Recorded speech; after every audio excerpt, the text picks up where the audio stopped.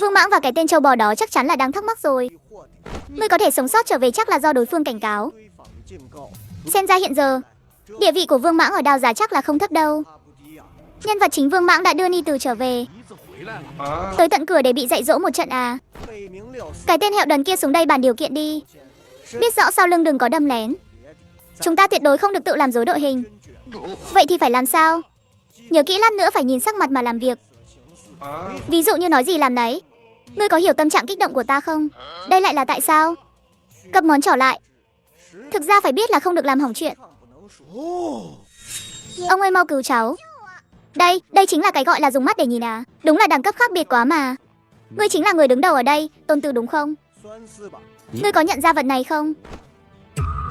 Đây là huyết sắc vĩnh dạ chi giới. Sao có thể chứ? Trong ghi chép của chúng ta, màu nước đỏ này là biểu tượng chỉ giới lệnh cốt lõi thôi. Cũng chỉ có bọn họ mới có thể diện kiến vĩnh dạ chi chủ vĩ đại. Mẹ kiếp, vẫn chưa thấy cái màu gì cả. Nhìn cái bộ dạng ngáo ngơ của mình kìa. Ông ơi, hắn ăn hiếp cháu. Mau ra tay dạy dỗ hắn đi. Vương Mãng không thèm để ý đến sự bực bội của Ni Tử, đi thẳng tới chỗ đường chủ, ngồi xuống một cách chẳng thèm khách sáo, toàn thân toát ra phong thái của kẻ bề trên. Vĩnh dạ trường tồn. Vĩnh dạ trường tồn. Không biết đại giáo chủ có chỉ thị gì. Thuộc hạ vẫn luôn tận tụy làm tròn bổn phận. Nói cho ta nghe về tình hình của Vĩnh Dạ ở tiểu thế giới này. Tại sao lại bèn rễ ở cái trấn nhỏ hẻo lánh này? Lại còn dính líu đến chuyện của Phùng Tú Tai. Hồ Tam không dám giấu giếm, đem toàn bộ tình hình hiện tại của Vĩnh Dạ ra khai hết. Mê mơ, coi như nửa cái thế kỷ làm trưởng tộc, Nguyên Thần, Vương Mãng mới hiểu rõ ngọn ngành của toàn bộ sự việc. Vĩnh Dạ lại bị Phật đạo và trăm nhà hợp lực vây quét. Thánh nữ bị trọng thương nên đành phải ẩn náu ở đây. Nhưng vị thánh nữ này rốt cuộc là ai? Chẳng lẽ là nước cờ dự phòng của bản thể? Đi thôi, đưa ta đi gặp vị thánh nữ này. Ngươi đến rồi, đúng là một trò chơi mà. Có bao giờ phải vất vả thế này đâu. Sao vậy, ta và ngươi xa lạ đến thế à? Ngươi cũng có vòng bạn bè rồi đấy. Đã nói chúng ta là đồng minh tạm thời mà. Tại sao lại mượn danh nghĩa Vĩnh Dạ để truyền đạo? Còn ban cho Phùng Tú Tài loại sức mạnh quái dị đó. Ngươi rốt cuộc đang âm mưu chuyện gì? Sự khác biệt giữa ngươi và bản thể, đúng là nhìn một cái là ra ngay. Thế nào là thế nào chứ? Cái phân thân ta tặng ngươi dùng có mượt không? Có cần phải hỏi thẳng thừng thế không? Thật ra thì, nếu hắn không cứng đầu cản trở mục đích của ta, ta sẽ hài lòng hơn nhiều. Ta chưa bao giờ can thiệp vào suy nghĩ của hắn. Chỉ là những gì hắn thấy và nghe được đều sẽ được đồng bộ sang chỗ ta thôi.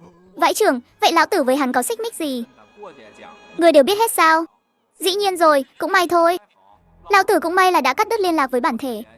Nếu không chẳng phải là đang phát trực tiếp sao? Nếu Vĩnh Dạ muốn lật đổ sự thống trị của Phật đạo, thì phải sở hữu hệ thống sức mạnh của riêng mình.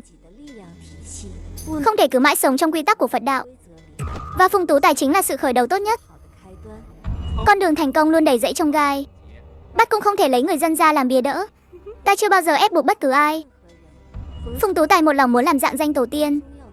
Ta chỉ là trao cho hắn một cơ hội để chạm tới giấc mơ xa vời kia thôi. Đường là do hắn tự chọn. Chuyện này bản thể ta có biết không?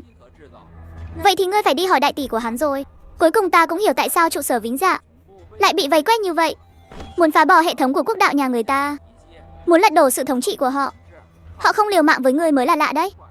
Đúng là có hơi vội vàng một chút, nhưng thực tế đã chứng minh chúng ta đã bước được bước chân thành công đầu tiên. Không phải ta sao, mà là ngươi. Ta chỉ là một con chuột nhỏ chưa ra khỏi tân thủ thôn thôi. Ngoan ngoãn làm nhiệm vụ mới là bổn phận của ta. Còn ngươi đang âm mưu cái gì? Chẳng liên quan gì đến lão tử hết. Có việc gì thì đi tìm lão pháp sư ấy. Bye bye nha.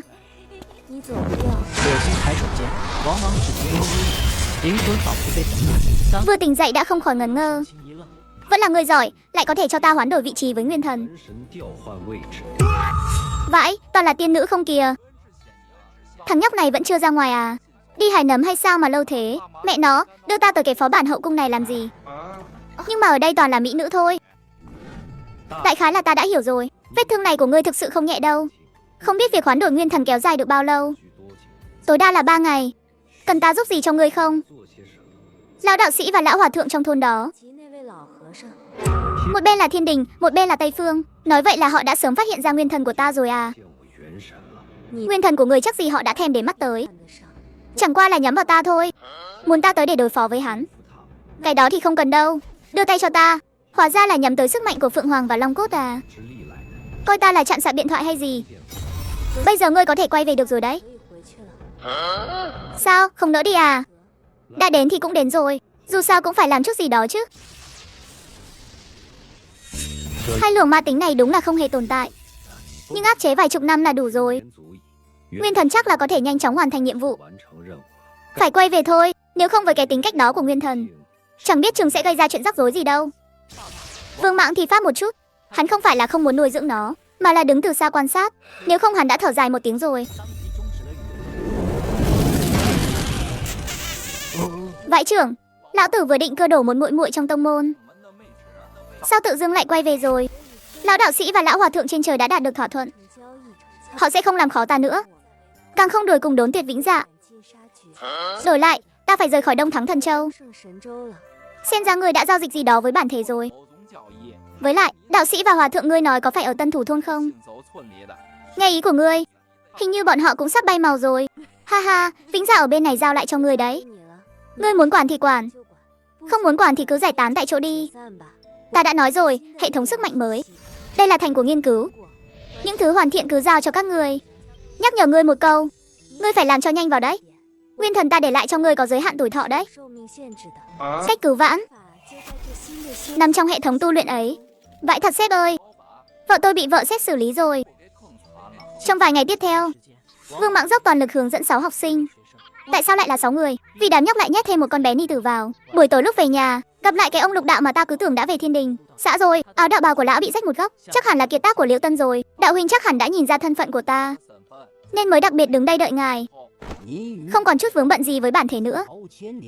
Chắc là thiện niệm bị cưỡng ép tách rời ra rồi. Bần đạo chỉ muốn nhắc nhở các hạ một chút trước khi đi. Bản thể của người tuy đã bỏ rơi người, nhưng thế gian vẫn có đại ái. Dù chỉ là một luồng nguyên thần cũng có thể sống rực rỡ muôn màu. Đừng đi vào vết xe đổ của bản thể. Vãi, nghe nổi da gà luôn á. Hóa ra lý do cái tên trâu bò đó không hạ thủ. Những năm qua bổn tọa quan sát thấy ngươi mỗi ngày làm trăm việc thiện, có được tấm lòng lương thiện nhất thế gian. Không ngại tặng cho thôn trưởng thêm một lời khuyên.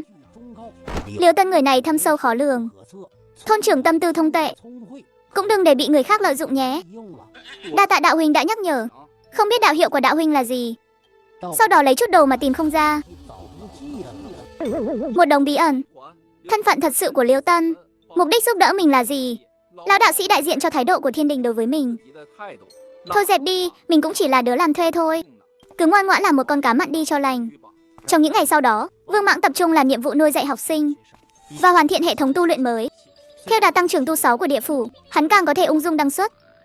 Ái chà chà, đúng là vậy thật. Nghĩ tới việc giờ lão tử nằm không cũng tăng tu 6, đúng là thoát khỏi cái hố rồi.